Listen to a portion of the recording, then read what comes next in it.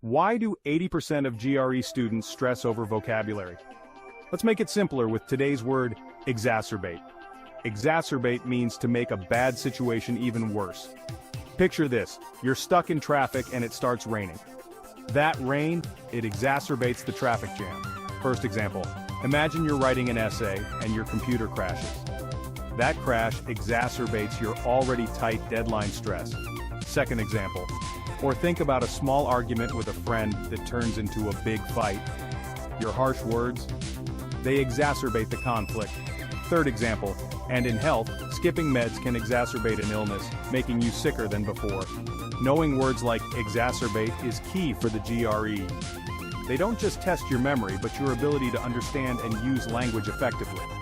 So next time you face a tough question, remember, avoid exacerbating your stress. Tackle it with confidence.